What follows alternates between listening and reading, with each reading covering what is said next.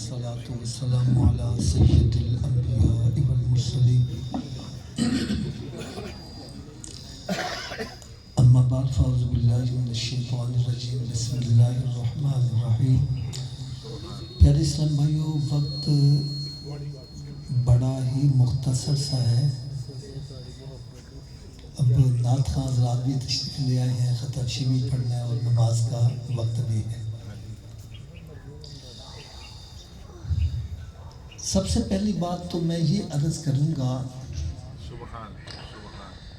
کہ مجھے اس بات پر دکھ ہے کہ ہم ایصال ثواب کی محافل منعقد کرتے ہیں، ساتہ چہلم کل برسی سالانہ ختم کرتے ہیں اور اس پر ہزاروں روپیہ بھی خرچ کرتے ہیں، لیکن اگر کوئی پوچھ لے جی کتنے لکھے ہے، اکثر بندے جواب نہیں دے پاتے، جس کی وجہ سے ایمان متزلزل ہو جاتا ہے کہ یار میں اتنا کچھ کر کے بھی کہیں غلط تو نہیں کر رہا۔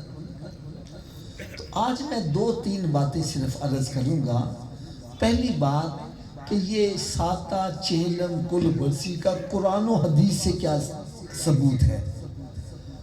دوسری بات یہ کہ اس کا اصل مقصد کیا ہے اور ہم نے بنایا کیا ہے۔ یہ 2-3 باتیں عرض کرنی ہیں، بڑی توجہ سے سنیے گا، اور عین ممکن ہے کہ آپ کے ذہن میں بھی بہت سارے سوالات جو گردش کرتے رہتے ہیں ان کے جوابات بیان میں ہی مل جائیں۔ سب سے پہلی بات جو بندہ کر رہا ہے جی چہلم ساتہ کل برسی، یہ دکھاؤ کہاں قرآن میں لکھا ہے، کہاں حدیث میں لکھا ہے۔ تو اس کا بڑا آسان سا جواب ہے کہ بھئی ہم چھوٹے، یار اس کی آواز بالکل سادہ کرو، یہ ایکو بھی لاؤڈ بھی سادہ سی آواز ہو۔ یہ چھوٹی عید اور بڑی عید ہم مناتے ہیں، ہے کہ نہیں؟ جیسی لوگ کوئی مائی کا لال چھوٹی عید اور بڑی عید حدیث سے دکھا دے، نہیں دکھا سکتا۔ کیوں مناتے ہیں؟ جواب ملتا ہے حافظ صاحب، عید الفطر کو ہم اپنی علاقائی زبان میں چھوٹی عید بولتے ہیں اور عید الاضحیٰ کو اپنی علاقائی زبان میں عید الاضحیٰ کو بڑی عید بولتے ہیں۔ تو جب ان کی اصل موجود ہے تو نام بدل لینے سے کام غلط نہیں ہوتا۔ جیسے ظہر کو ہم پیشی کی نماز کہتے ہیں، عصر کو دیگر کی نماز کہتے ہیں۔ تو بھائی جب اصل موجود ہو تو نام بدل لینے سے کام غلط نہیں ہوتا۔ تو میں بھی یہی کہوں گا، ساتہ چہلم کل برسی نام ہم نے رکھے، ان کی اصل ہے ایصال ثواب۔ ان کی اصل کیا ہے؟ آپ کہیں گے ایصال ثواب کا کیا مطلب ہے؟ تو بھائی ایصال کا مطلب پہنچانا، ثواب کا مطلب نیکی۔ لیکن کچھ بندے اس کے بھی قائل نہیں ہیں، وہ کہتے ہیں نہیں نہیں، جو بندہ مر گیا اس کی نیکیاں اس کے ساتھ، ہمارے ساتھ، ہم مرنے والے کو کوئی فائدہ نہیں پہنچا سکتے۔ ہمارا عقیدہ ہم پہنچا سکتے ہیں۔ آپ کہیں گے آپ کے پاس دلیل کیا ہے؟ تو بھائی سب سے پہلی دلیل یہ ہے کہ ہم مرنے والے کی نماز جنازہ پڑھتے ہیں۔ جس کی پڑھ رہے ہیں وہ فوت ہو گیا ہے اور پڑھنے والے زندہ ہیں، اور زندہ بندہ کھڑا ہو کے کہہ رہے اللہم اغفر لحینا و میتنا۔ اگر میری دعا سے مرنے والے کو فائدہ نہیں پہنچتا تو نماز جنازہ کیوں پڑھی جا رہی ہے؟ اگر ابھی بھی تسلی نہیں ہوئی تو میں دوسری دلیل دوں گا کہ ہم ہر نماز میں ہی ایصال ثواب کرتے ہیں۔ ہر بندہ اتحیات میں بیٹھ کے کہتا ہے ربنا اغفر لی، یا اللہ مجھے بھی بخش دے میرے ماں باپ کو۔ اگر میری دعا سے فائدہ نہیں ہوتا تو نماز میں یہ دعا کیوں پڑھی جا رہی ہے؟ بلکہ میں ایصال ثواب کی محافل کا مخالف نہیں ہوں، میں حق میں ہوں، لیکن اگر کوئی میرے دل سے بات سچی پوچھے تو میں کہوں گا بھائی اصل ایصال ثواب یہ ہم سب نمازی بن جائیں، کیونکہ ایصال ثواب کی محفل تو سال کے بعد کرواؤ گے، اور جو نمازی بن جاتا ہے وہ ہر روز 5 مرتبہ رب تعالیٰ کی بارگاہ میں حاضر ہو کر کہتا ہے ربنا اغفر لی۔ اگر ابھی بھی تسلی نہیں ہوئی ایک اور دلیل عرض کر دوں، اللہ تعالی ہم سب کو حج کی سعادت نصیب فرمائے۔ آمین اللہ آمین۔ حج کی قسموں میں ایک قسم ہے حج بدل۔ کیا ہے حج بدل؟ کیا ہے؟ میرے والد صاحب فوت ہو گئے، میں والد صاحب کی طرف سے حج کرنا چاہتا ہوں۔ حج زندہ بندہ کر رہا ہے، مرنے والے کو فائدہ پہنچے گا کہ نہیں پہنچے گا؟ اگر نہیں پہنچتا تو حج بدل کو کس کھاتے میں ڈالو گے؟ اگر ابھی بھی تسلی نہیں ہے، آپ کو ایک بڑی پیاری دلیل دوں۔ میرے آقا صلی اللہ علیہ وسلم نے ارشاد فرمایا، علی منڈی سے 2 بکرے لاؤ۔ انہوں نے لا کر پیش کر دیا، یار 2 کیوں منگوائے ہیں؟ فرمایا ایک اپنے نام کی قربانی کروں گا، ایک اپنے امتیوں کے نام کی قربانی کروں گا۔ امت میں کون ہے جو زندہ ہے؟ وہ بھی جو پردہ کر کے، وہ جو قیامت تک آنے والے۔ سرکار نے سب کو ایصال ثواب کر دیا، اور پھر فرمایا میں یہ دیکھوں گا میری امت میں کون ہے جو میرے نام کی قربانی کرے گا۔ اور آج بھی جن کو رب توفیق دیتا ہے میرے آقا کے نام کی قربانی کر رہے ہیں، ارے یہ ایصال ثواب نہیں ہے؟ اتنی واضح دلیلیں ہونے کے باوجود بھی اگر کوئی کہتا ہے نہیں ثواب پہنچتا، تو پھر آپ بحث نہ کیا کرو، اس لیے کہ وہ اپنی جگہ درست ہیں، ہم اپنی جگہ درست ہیں۔ آپ کہیں گے حافظ صاحب یہ بات ہمیں سمجھ نہیں آ رہی، ایک بندہ کہتا ہے ثواب پہنچتا ہے، کہتا ہے نہیں، بولے ان میں ایک سچا ہوگا ایک جھوٹا ہوگا۔ نہیں بھائی، سرکار نے دونوں کو سچا کہا ہے۔ وہ کس طرح؟ حدیث پاک میں آتا ہے، ایک صحابی عرض کرتا ہے یا رسول اللہ صلی اللہ علیہ وسلم میرے والد صاحب فوت ہو گئے، تو میں ان کے لیے کوئی ایصال ثواب کروں تو ان کو فائدہ پہنچے گا؟ تو میرے آقا صلی اللہ علیہ وسلم نے ارشاد فرمایا، اگر تیرا باپ مسلمان مرا تھا پھر پہنچے گا، ورنہ نہیں پہنچے گا۔ بات سمجھ آ گئی ہے؟ جو کہتا ہے نہیں پہنچتا، ان کو پتہ ہوگا بڑے کون ہیں، ہمارے بڑے سارے مسلمان ہیں۔ ٹھیک ہے۔ دوسری بات یہ ہے کہ ایصال ثواب میں کنجوسی نہ کیا کرو۔ کنجوسی کیا ہے؟ میں نے ایک قرآن پڑھا، اب ڈر رہا ہوں ابا جی نے بخش دیتا، میرے پلے کیا رہ جائے گا؟ ہم سمجھتے ہیں ایصال ثواب کا جیسے میرے پاس 100 کا نوٹ ہے، میں نے زید کو دیا، میرا پلہ خالی ہو گیا۔ تو بھائی ایصال ثواب کو ایسا مت سمجھو، بلکہ یوں سمجھو جیسے ایک حافظ قرآن ہے، وہ 100 بچے کو قرآن حفظ کرواتا ہے، ایک قرآن 100 کے سینے میں منتقل ہو رہا ہے، پڑھانے والے کے سینے سے ختم نہیں ہو رہا۔ تو ایصال ثواب کا مطلب کیا ہے، اس کا فائدہ کیا ہے؟ حضرت علی رضی اللہ تعالیٰ عنہ عرض کرتے ہیں یا رسول اللہ صلی اللہ علیہ وسلم میں قبرستان گیا تھا، وہاں میں نے 4 مرتبہ سورہ فاتحہ پڑھی، 11 مرتبہ سورہ اخلاص، پھر وہاں جتنے مسلمان دفن تھے سب کو ایصال ثواب کر دیا۔ تو میرے آقا صلی اللہ علیہ وسلم نے ارشاد فرمایا، علی اللہ تعالیٰ نے تیرے پڑھے ہوئے قرآن کے ثواب کے ٹکڑے نہیں کیے کہ ایک ایک ٹکڑا سب کو دیا جائے، بلکہ رب تعالیٰ نے ہر ایک کے نامہ اعمال میں پورے قرآن کا ثواب درج کر دیا ہے، اور پڑھنے والے کو کیا ملا؟ فرمایا سب کے مجموعے کے برابر ثواب پڑھنے والے کو بھی عطا کر دیا۔ اب آخری بات جو عرض کرنی ہے وہ یہ ہے کہ ایصال ثواب کا اصل مقصد کیا ہے اور ہم نے بنایا کیا ہے؟ ہم نے کیا بنایا؟ آئے مولوی صاحب ختم شی پڑھا فٹافٹ جلدی ختم شی پڑھا، لنگر کھادا تے مچھاں نو تا دیندے آؤ گئے، کوئی کہتا نمک صحیح نہیں، کوئی کہتا مرچ صحیح نہیں، کوئی کہتا یار شاید بھائی دے والدہ نے کہہ رہا روز مرنا سی، روٹی تے چنگی کھوا دیندے۔ کیا یہی مقصد ہے یہاں آنے کا؟ ارے یہاں آنے کا اصل مقصد یہ ہے کہ ہم اپنی موت کو یاد کریں۔ جس طرح مرنے والی مر گئی، اپنے ساتھ دولت لے کر نہیں گئی، ہم بھی مر گئے، دولت ہمارے ساتھ نہیں جائے گی۔ جس طرح مرنے والی مر گئی، کوئی رشتہ دار عزیز و اقربا قبر میں ساتھ نہیں گیا، اسی طرح ہم بھی مر گئے، ہمارے رشتہ دار لنگوٹیے یار جو کہتے ہیں آسا نہ تاش کھیلو، آسا نہ جوا کھیل، ہمارے ساتھ شراب پی، ہم تیرا ساتھ نہیں چھوڑیں گے، تیرے ساتھ مریں گے۔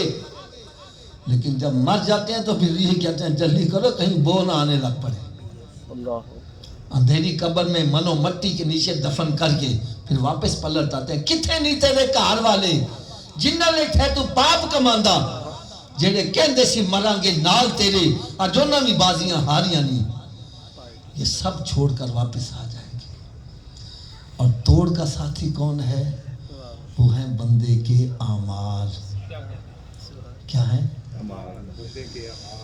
ہائے ہائے ہائے ہائے، میرے آقا صلی اللہ علیہ وسلم نے ارشاد فرمایا قبر یا تو جنت کے باغوں میں ایک باغ بن جاتی ہے یا پھر دوزخ کے گڑھوں میں گڑھا بن جاتی ہے.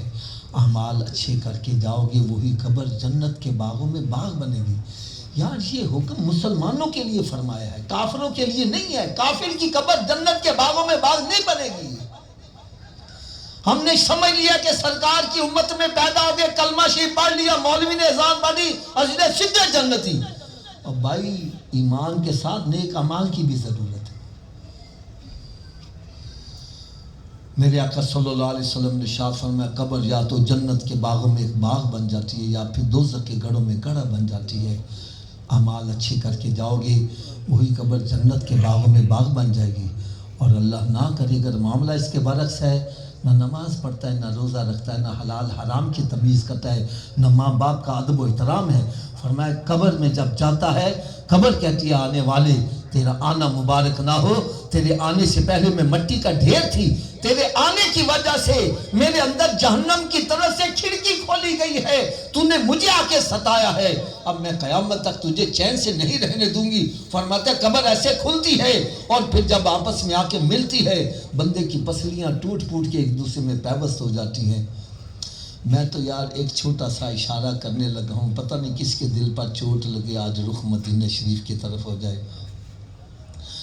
اللہ تعالیٰ سے میں دعا کرتا ہوں اللہ تعالیٰ ہم سب کو بیماریوں سے محفوظ رکھے. آمین آمین. اور جو بیمار ہو چکے ہیں اللہ تعالیٰ ان کو شفا کاملہ عطا فرمائے.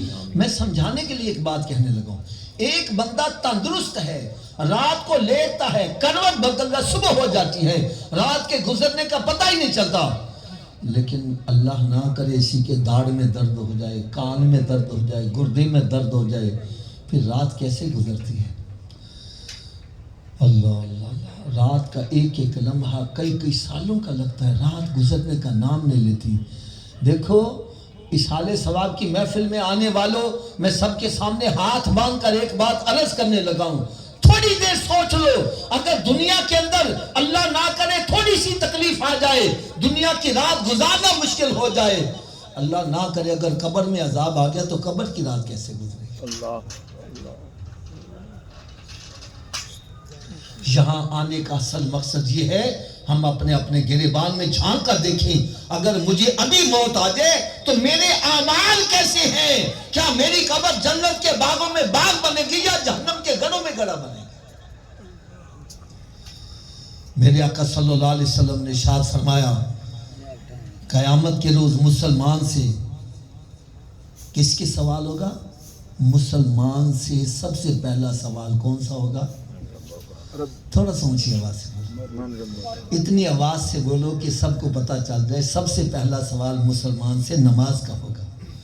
تو میں ہاتھ باندھ کر عرض کروں گا کیا ہمارا پہلا سوال درست ہے؟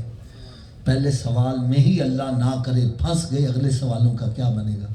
اور بھائی میں گیس لگواؤں، آپ بے شک تیاری نہ کرو. آپ کہو گے حافظ صاحب نے تکا لگایا، پتہ نہیں آتا بھی یا کہ نہیں آتا، لیکن میرے آقا کا فرمان غلط تو نہیں ہو سکتا. جب سرکار صلی اللہ علیہ وسلم نے فرما دیا پہلا سوال ہی مسلمان سے نماز کا ہوگا، تو پھر ہمیں نمازی بننا چاہیے کہ نہیں بننا چاہیے؟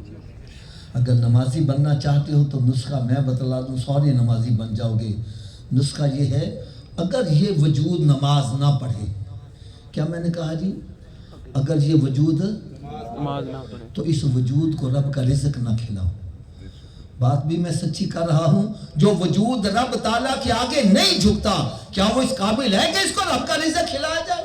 بھئی روٹی سامنے رکھی ہے، اپنے آپ منہ میں تو نہیں جائے گی، پکڑ کے لے جاؤ گے، مت لے جاؤ. یہ روٹی مانگے بولو نہیں پہلے نماز پھر بعد میں روٹی. تو کیا خیال ہے نمازی بن جائے گا کہ نہیں بنے گا؟ تو سبھی اس پر عمل کریں گے.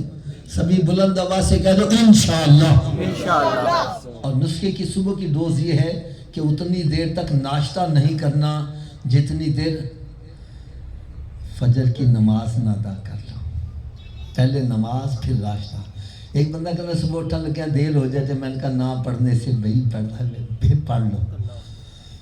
صبح اٹھ کے منہ ہاتھ تو دھوتے ہی ہیں، تو وضو کر لو، 2 سنت 2 فرض پڑھ لو. فجر کی پڑھ لو گے باقی پڑھنی آسان ہو جائے گی. فجر کی رہ جائے شیطان کہتا اچھا ان کل تو شروع کریں گے، نہ کل آوے تے نہ نماز پڑھ پاوے. لہذا تھوڑا سا اونچی آواز سے بول دیں اتنی دیر تک ناشتہ نہیں کرنا جتنی دیر نماز فجر نہیں پڑھ لیں گے. اور اتنی دیر تک کوئی اخبار رسالہ نہیں پڑھنا جتنی دیر قرآن پاک کی تلاوت نہیں کر لیں گے، اور اتنی دیر تک سونا نہیں جتنی دیر 5 نمازیں پوری نہ کر لو گے۔ میرے سوشل میڈیا پر بیانات آتے رہتے ہیں، حافظ حفیظ الرحمان قادری رضوی لکھیں گے ایک یار کلپ جس کو سن کر پتہ نہیں کتنے ہزار بندے بے نمازی تھے نمازی بن گئے۔ وہ کلپ کیا تھا؟ مہمان کی 3 قسمیں۔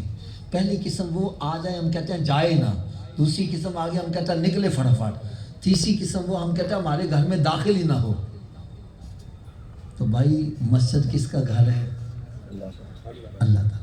ہم اللہ کے گھر میں مہمانوں کی کون سی قسم ہے؟ اگر مسجد میں چلے جاؤ دل لگ رہا ہے، نماز پڑھ کے تسبیح پڑھ ہے، درود پاک پڑھے، اس کا مطلب رب چاہتا ہے ہو ٹھہر جا ہیں۔ اور اگر نماز پڑھ کے جلدی سے بھاگنے کی کرتا ہے سمجھ جا دوسری قسم ہے۔ اور جو مسجد میں آ ہی نہیں رہا ارے وہ اپنی قسمت کو روئے کہ وہ اللہ تعالیٰ کی نظروں سے اس قدر گر گیا ہے کہ اللہ تعالیٰ اس کو اپنے گھر میں داخل کرنا پسند ہی نہیں کرتا۔ ایک اللہ کا نیک بندہ تھا نا، اپنے مالک کے ساتھ سفر کر رہا تھا، سفر کرتے کرتے وہ نماز کا وقت ہو گیا، انہوں نے کہا سیٹھ جی نماز پڑھ لئیے، انہوں نے کہا مسیح آئی تھے پڑھ لی، چلتے چلتے مسجد آ گئی، سیٹھ باہر کھڑا ہو گیا، اندر کہتا جا کے نماز پڑھ گیا۔ وہ نماز پڑھنے لگا، کچھ سرور آیا، لیٹ ہو گیا، یہ باہر کھڑا تنگ پڑ گیا، باہر سے آواز دیتا اوے تو باہر کیوں نہیں آ رہا ہے؟ تنو اندر کنے پھاڑ لیا وے؟ تنو باہر کون نہیں آن دینا؟ وہ کہنے لگا جو تجھے اندر نہیں آنے دے رہا مجھے باہر نہیں جانے دے رہا۔ اللہ تعالیٰ مجھے اور آپ سب کھانا۔ مدثر خاندانی صاحب سے ملتمس ہوں کہ